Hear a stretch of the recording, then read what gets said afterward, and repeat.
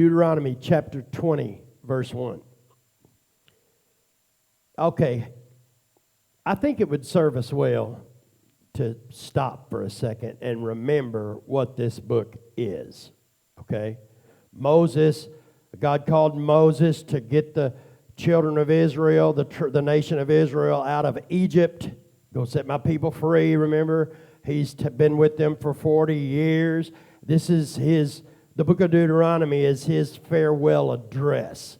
Now, I remember when I got my house over here, made the arrangements to move into my house, and Brian and I had our first conversation about me moving out of Calvary House and into my own place. And I'm sure like Moses is, Brian, he had fathered me for 18 months here, you know. He was a little concerned, which it turned out to be the right thing to do. But I think that if we look at Moses in that way, that these people have about driven him to the edge of his sanity. But he cares about them. These are his ministry, you know. And so that's what this whole book is. It's this big, long, and complex sermon, his farewell address to them, because he knows he's not going to go into the promised land with them. But now remember, we talked about last week that the nuts and bolts of this covenant was about land, and that's what he's describing here. When you cross over to take the land for who? Jesus, ultimately. He promised Abraham the land, and he promised Abraham that through him the world would be blessed because of Jesus, that in this land, in this nation, Messiah was coming, and he would be the Savior of the world. That's what we're doing here. We're about to take the land, and we're going to take the land. God said, this is my land. I've promised it to my people, and we're going to take it. And so Moses is talking to them about when they come up to the day, okay, to take the land. All right, keep that in mind. So, chapter 20, verse 1. I can't get these glasses to set right. I don't know what in the world's going on here. But anyway, verse 1, when you go out to battle. I made a little note that said, he never said we won't have to fight. That's why I picked that song, because of the lyrics in that song. Anyway, he never said we wouldn't have to fight. Against your enemies, when you go out to battle against your enemies, he never said we wouldn't have any enemies. As a matter of fact, Brian made reference to it this morning. Jesus said, I didn't come to bring peace. I came to bring a sword. I'm going to bring division. Right? Okay. So when you go out to battle against your enemies and you see horses and chariots and people more numerous than you, do not be afraid of them, for the Lord your God is with you, who brought you up from the land of Egypt. Verse 2, so it shall be when you are on the verge of battle that the priest shall approach and speak to the people. Verse 3, and he shall say to them, hear, O Israel, today you are on the verge of battle with your enemies. Do not let your heart faint. Do not be afraid, and do not tremble or be terrified because of them. For the Lord your God, that's Yahweh the boss, is he who goes with you to fight for you against your enemies to save you. You can make the application however you would like, but I know that you've got the application available in your life's experience to make it. That when we step out, now they are stepping out in a ministry of the Lord. The Lord was coming in here to take the land, and all this was part of God's plan, God's unfolding plan, and He's trying to prepare them to expect this, and the same thing applies to us here today. How many of you know, or how many of you will go, when I say this, but when the enemy presents, he usually presents in an overwhelming fashion. And it looks like, oh my goodness. And sometimes I've even been guilty of saying, Lord, why have you forsaken me? But I forget that it's Yahweh, the boss, who is with me like he was in Daniel with Shadrach, Meshach, and Abednego in the fire, like he was with Daniel in the lion's den, like he was with John when he went through that boiling cauldron of oil, like he was with Isaiah when they sawed him in two. It's the Lord, Jehovah, the boss, the Lord, Elohim, who is with you to fight for you against your enemies to save you. Now, it just so happens that as long as they were cooperating with the Lord in this venture, that the Lord caused them to succeed and win. But does that mean that nobody died on the battlefield? Does that mean that there wasn't any bloodshed? Does that mean that there wasn't any hardship? Those things are going to happen. Jesus said, in this world you will have tribulation. And so not everybody is going to be delivered. But it's not just about here and now. And it's not just about life in the body. It's about eternity. Right? Solomon said it in Ecclesiastes. He said, and the Lord has put eternity in our hearts. It's in there. That's what we're longing for. Okay? But we've got a ministry to carry on, and we've got responsibilities to walk through this earth through time and history here, and it's not always going to be pleasant. But we need to remember, and that's what he's trying to tell them, when the enemy presents himself in an and you're like, whoa, and is really impressed with the chariots and the horses and all this gigantic, huge army, don't forget who you are serving. I want to say that to my friend that we prayed for this morning in the prayer group. Don't forget the focal point. The focal point is that, and that's what a lot of these struggles and trials are that we face in the world. They're meant to draw us near to the Lord, to clarify our mission on this earth through time and history. We're put here on this earth to answer one question. What are you going to do with Jesus? Do you think that you can be a con man and a slick talker and a manipulator and con him into... I did for a while. But thank God that He's merciful. Okay, I'm rambling. So, focal point is this. Now, we're set out on a mission here to take the land. It's going to be a battle against our enemies. It's going to be bloody and it's going to be deadly. Verse 5, then the officers shall speak to the people, saying, what man is there who has built a new house and has not dedicated it? Let him go and return to his house, lest he die in battle and another man dedicate it. Also, verse 6, what man is there who has planted a vineyard and has not eaten of it? Let him go and return to his house, lest he die in the battle and another man eat of it. And what man is there who is betrothed to a woman and has not married her? Let him go and return to his house, lest he die in the battle and another man marry her. Verse 8, the officers shall speak further to the people and say, what man is there who is fearful and faint-hearted? Let him go and return to his house, lest the heart of his brethren faint like his heart. And a better translation of that is, lest your fear and your faint heart cause them to be faint and to fear. And what are we talking about here? Is God saying these are the good people and these are the bad people, or these are the strong people and these... Well, He said it back up here a while ago. He said, When you go out to battle against your enemies and see horses and chariots and people more numerous than you, do not be afraid of them, for the Lord your God is with you, who brought you out of the land of Egypt. So it shall be when you're on the verge of battle. I skipped that part. Okay, verse 4. For the Lord your God is He who goes with you to fight for you against your enemies to save you. This battle, this land is going to be conquered and taken by way of faith.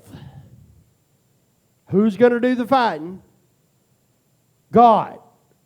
God's going to equip you. Does that mean that they're not going to have to throw a punch? No.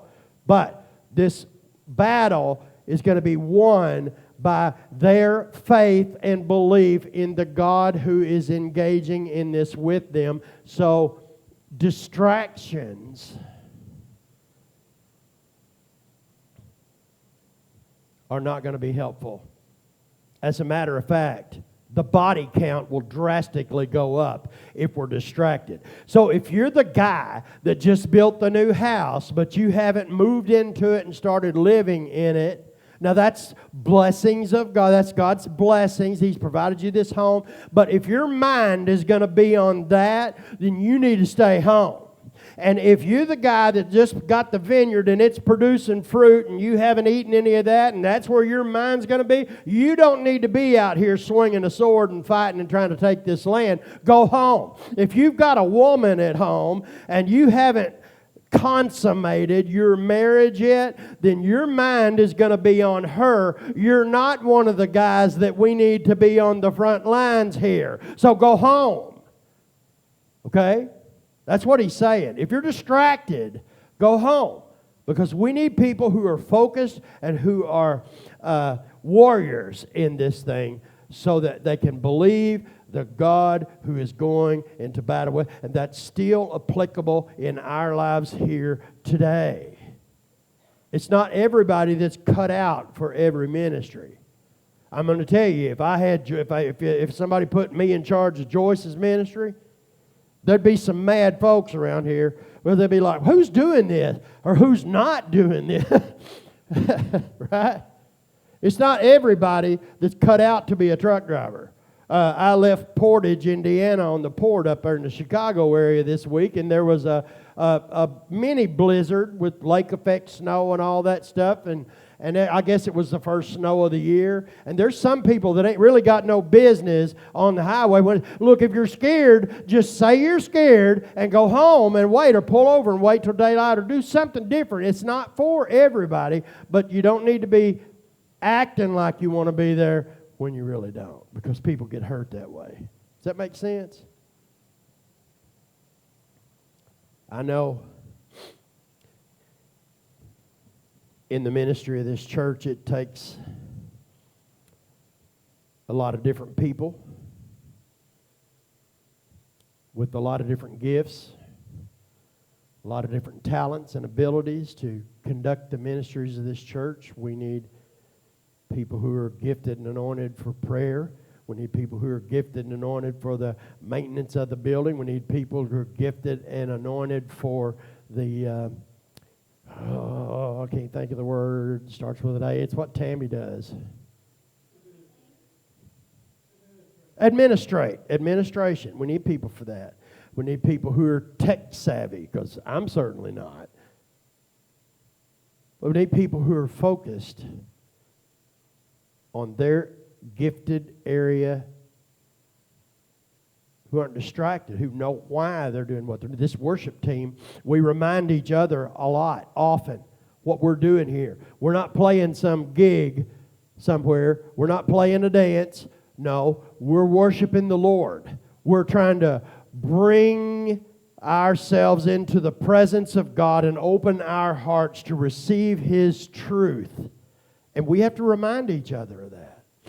This is what we're doing here. Now, playing and performing and singing is a big part of that. And we always want to do our best, but we need to remember why we're doing what we're doing. And if we forget that, we might as well go home. Right? If we forget why we're here, why we're doing what we're doing, The battle be won by faith in God. Distractions won't work. It's the seed sown among the thorns. He said, Jesus said that the word, the seed, the word was planted in their hearts and they received it gladly, but the worries of this world and the distractions of the world caused it to not be fruitful because they choked it out. What he's saying here in these instances is that if you're distracted by these things, even though they are blessings from God, then you're not the guy to go into battle here, because people will die and people will get hurt. And sometimes it could be prevented if we're focused on the Lord. Does that make sense to everybody? Okay, where'd we leave off? Verse 10. Now, when you go near a city to fight against it, then proclaim and offer a peace to it. And it shall be that if they accept your offer of peace and open to you, then all the people who are found in it shall be placed under tribute to you and serve you. That means that they will be under you in forced labor, right? They'll be your slaves, okay? So, all right. So, verse 12, now if the city will not make peace with you, but war against you, then you shall besiege it. Verse 13, and when, not if, when the Lord your God delivers it into your hands, you shall strike every male in it with the edge of the sword. Verse 14, but the women, the little ones, the livestock, and all that is in the city, all its spoil, you shall plunder for yourself, and you shall eat the enemy's plunder which the Lord your God gives you.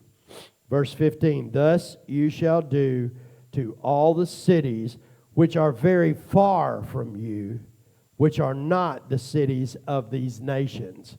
If you get tangled up in that, you can go over to the NLT and read the paraphrase, and it'll clarify it a little bit in more commonly used English. But what he's saying is that we've got this territory, these nations of the land that's your inheritance from the Lord. What's going to be the nation of Israel here? When you're conquering that, you've got to. We're going to read it in a little bit. I guess I jumped the gun, but you've got to kill everything that moves. We're going to lay it to waste, right? But outside of that, like when they were coming through, some territories and they engaged in battle, offer peace. If they reject it, then lay them, then besiege the city, kill all the males, but take the women, the children, and the plunder for yourselves. Okay, that's in the cities that aren't part of these nations. Now, let's get back on track here. Verse 16, but of the cities of these peoples, which the Lord your God gives you as an inheritance, you shall let nothing that breathes remain alive. We're going to wipe the land clean, right? But you shall utterly destroy them. The Hittite and the Amorite and the Canaanite and the Perizzite and the Hivite and the Jebusite, just as the Lord your God has commanded you, lest they teach you to do according to all their abominations which they have done for their gods, and you sin against the Lord your God. Preventive maintenance, because we're under a law here. We're under the law of retribution, right? And we've got to take this land. Okay, and so if we take this land, and that's what this is about. It's about preserving the land for the nation of Israel so that Messiah can come later when the plan further unfolds. But if we just go in here and go, hey, excuse me, I want you Hittites and Jebusites to get out of my way because we're going to take the land. Or if they went in there and they just killed all the males and left the women and stuff, the women could still be worshiping their gods, and it would be corrupted. The land would be corrupted. And then you get, because Solomon did that, you remember? And he's not the first king that did that. They mingled with these pagan idol worshiping nations in there, and we got all mixed up and tore up and everything else. And I think God is just trying to get off to a good, clean start. So lay it to waste, clear it off. We're taking the land for Jesus, right? Now they don't know they're taking the land for Jesus, but they're taking the land for Jesus. And I think that if they don't do it that way, that it's going to be problematic, because it ends up being problematic throughout time and history anyway. Because there were a lot of times that they did not kill everything in sight, and it came back and burned them later. Right? How many of you know we don't have to really understand what the Lord's doing to obey Him and cooperate?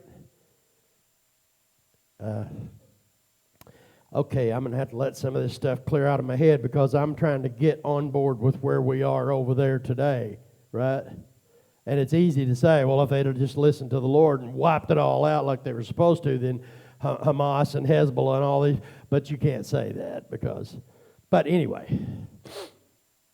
So, the cities of these peoples in verse 16, which the Lord your God gives you as an inheritance, you shall let nothing that breathes remain alive.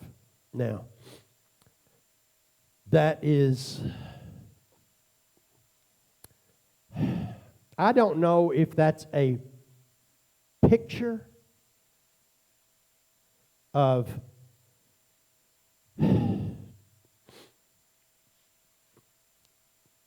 end time events where everyone will be cleared off. All the Christ-rejecting world will be done away with. It comes to mind that the kingdoms of this world have become the kingdom of God and His Christ. And I think that this is the one bookend of that. This is where we're starting with a clean slate and move in here. And at the end, in the Battle of Armageddon, or I may be getting that confused. This is all right now just coming through my mind. I'm just thinking out loud is what I'm doing. But in the end, the Christ-rejecting world will be done away with, and the land will be cleared off, and only the people who believe in God, who are the people who love God, will be left. And I don't know if this is, I don't know if that's a snapshot of that, but that's what's eventually going to happen. And so if we're starting that way and then we end in that way, we're claiming the land for Jesus. We're claiming the nation for Jesus. It's all about fulfilling that promise to Abraham so that Messiah can come and the kingdoms of this world will become the kingdom of our God and of His Christ. Do you see that? That this is on the front end of the unfolding plan, and then later on that's going to be brought to fulfillment. Anyway, verse 19. Now this is just wisdom. I wrote a note out here, wisdom. This is just practical old common sense like we saw a lot of in Proverbs. And then we'll get out of here tonight. Verse 19. When you besiege a city for a long time, while making war against it to take it, you shall not destroy its trees by wielding an axe against them. If you can eat of them, do not cut them down to use in the siege, for the tree of the field is man's food.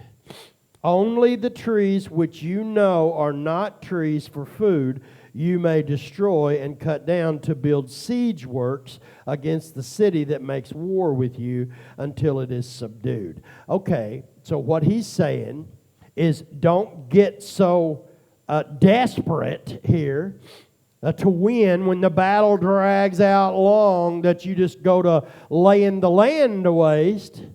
Because a lot of these trees will produce food for you. And if you're in this long, enduring engagement here, these trees will provide food for you in here. So if you cut your nose off to spite your face, then you be in a bad way over here when this battle continues to drag on. Right? Okay. And then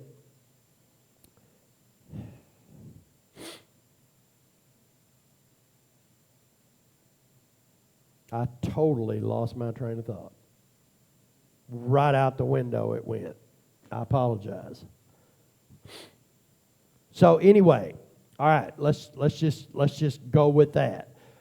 That when you're in this battle and it stretches out and drags out for a long time, don't cut your nose off to spite your face. Don't cut the trees down to make tools for war with the trees that produce food, because if you're there for a long time and you get hungry, you're going to need that stuff. God's provision is here, but we got to use wisdom to take advantage of that provision. Joyce Meyer said one time, she said, wisdom is choosing now what you'll be satisfied with later on. And that's what he's telling them. Don't cut your nose off to spite your face here. The trees that produce food, that's man's food. For the tree of the field is man's food. Only the trees which you know are not trees for food, you may destroy and cut down to build siege works against that city that makes war with you until it is subdued. The covenant was about taking the land so that the nation could be established, so that later on Jesus, the Messiah, God in the flesh, would come through that nation.